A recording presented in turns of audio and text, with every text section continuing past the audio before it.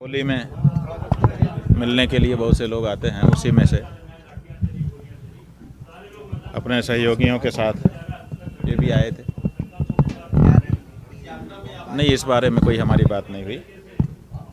होली मिलन के लिए आए थे, होली की शुभकामनाएं हुई, आशीर्वाद लिया उन लोगों ने और थोड़ी सी गंगा आंदोलन के समय की चर्चा हुई और फिर चले गए। महाराज जी, गौ माता को राजमाता घोषित करने का जो अभियान ज्योतिषपीठ के शंकराचार्य ने शुरू किया है, तो क्या कुछ तैयारी अभी चल रही है? अंतिम चरण में समय भी अब आ गया है। ऐसा है कि हम लोग परसों सवेरे यहाँ से लखनऊ के लिए निकलेंगे। कार्यक्रम पहले से पूरा बताया जा चुका है। उसी अनुसार लखनऊ पहुँच करके 11 तारीख को शीतला अष्टमी के दिन दोपहर 2:15 बजे विजय मुहूर्त में गोमय गणेश की पूजा करेंगे, गौ प्रतिष्ठा ध्वज की स्थापना करेंगे और उसी के नीचे गौ माता के लिए जो धर्मयुद्ध होना है उसका शंखनाद करेंगे। यही कार्यक्रम।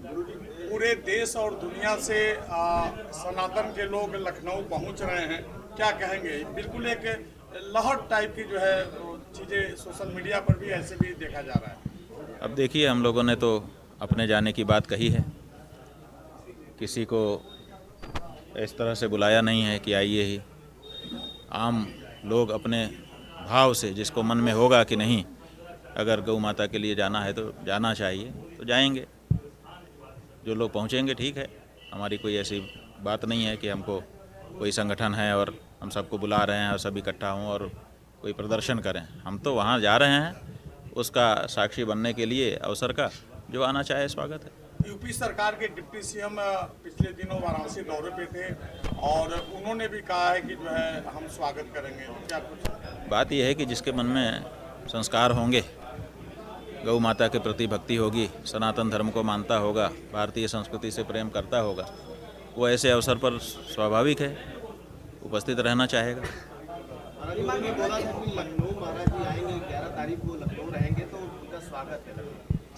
ठीक है। हिमांगी सखी जी द्वारा भी कहा गया है कि उस यात्रा में आपके साथ खड़ी रहेंगी। इनके हिमांगी सखी जी ने भी कहा है कि वो इस यात्रा में आपके साथ खड़ी रहेंगी और कदम से कदम। ठीक है, ये बहुत बड़ी बात है कि सब लोग गौ माता के लिए खड़े होंगे। अच्छा है। महाराज जी, मध्य प्रदेश की पूर्व मुख्यमंत्री उमा भारती जी ने भी जो शंकराचार्य शब्द पर जो सवाल सरकार के द्वारा खड़ा किए गए हैं, उस पर भी उनकी प्रतिक्रिया आई है कि यह शंकराचार्य पीठ की अपमान है। क्या कहेंगे? हमको इसमें कुछ नहीं कहना है, इसमें आदित्यनाथ को कहना है, क्योंकि ये आदित्यनाथ की योग्यता पर, आदित्यनाथ की क्षमता पर, आदित्यनाथ के व्यवहार पर प्रश्न चिन्ह है। तो उमा भारती जी परंपराओं को जानती हैं, समझती हैं और जिस तरह का व्यवहार आदित्यनाथ जी के द्वारा किया जा रहा है, भले वो आदित्यनाथ जी को इंगित करके ना कहें क्योंकि एक ही पार्टी है, लेकिन उन्होंने जो प्रश्न उठाए वो इसलिए उठाए कि इनके कारण पूरी पार्टी पे कहीं पूरा प्रभाव ना पड़ जाए। तो अपनी पार्टी को तो हर व्यक्ति बचाएगा ना।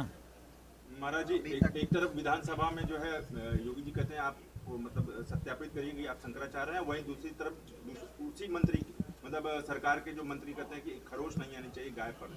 तो ऐसा दोहरा ऐसा है कि अब दोनों बातें आपके सामने हैं, आपने दोनों को कवर कर लिया, ठीक है। अब दोनों को कवर करने के बाद आंकड़े भी हमने सामने रख दिए। आप देख लीजिए कि क्या हो रहा है। सब कुछ यही लोग कह लेंगे, यही लोग गौ हत्यारे भी हो जाएंगे, यही लोग गौ रक्षक भी हो जाएंगे। ऐसा फरेब आखिर कब तक चलेगा?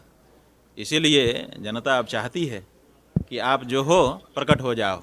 देख लिया, आपके बहुत सारे रूप हमने देख लिए, अब आपका असली रूप हम देखना चाहते हैं। आप गौ रक्षक हो तो गौ रक्षक के रूप में प्रकट हो जाओ। 6 दिन का समय अभी और है, और अगर आप गौ रक्षक नहीं हो, जो हो वो भी कम से कम रूप आपका साफ हो जाए। तो यही तो बात है कि इसमें हम लोग यही चाहते हैं कि जिसका जो असली रूप है वो प्रकट हो जाए। क्या लग रहा है सरकार के लोग आपको रोकेंगे जाने से? हमको कुछ अनुमान में नहीं जीते हैं। हम अपना कार्यक्रम घोषित किए हुए हैं। हमको हमारे देश ने अपना मत प्रकट करने का लोकतांत्रिक अधिकार संविधान ने दिया हुआ है। हम धर्मशास्त्र की दृष्टि से भी और आज के लागू कानून संविधान के दृष्टि से भी ये जो कार्यक्रम घोषित किए हैं उसको करने के अधिकारी हैं। इसलिए दृढ़ता के